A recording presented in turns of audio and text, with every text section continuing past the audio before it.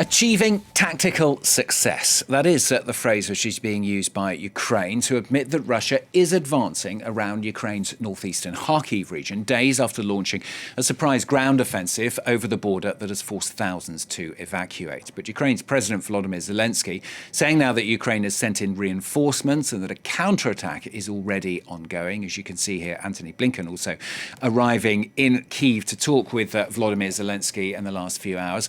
But Zelensky said our task is clear: to thwart Russia's attempt to expand the war. It all comes as Blinken has arrived there, heralding the delivery of the first round of the latest weapons being sent there by the US. Well, earlier we spoke to correspondent Emmanuelle Chaze in Kharkiv.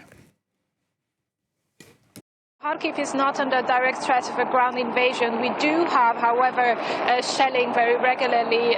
Just an hour ago, there were explosions in one of the suburbs of Kharkiv that were heard. We're not too far from the front line. We're 50 kilometers away from Vovchansk, which is one of the hotspots at the moment of this new ground offensive launched by Russia. Russia is fighting for over 30 settlements in the grey zone, so that's at the border between Russia and Ukraine. The situation there is very, very tense. The fighting is very, very fierce. I was talking yesterday to people from Vovchansk because they were taken in between two fires, if you will. He was telling me that the situation there was unbearable, had become really like hell on earth, with shelling of all sorts, with gliding bombs, with also artillery shelling, and he said he saw cluster munitions being used against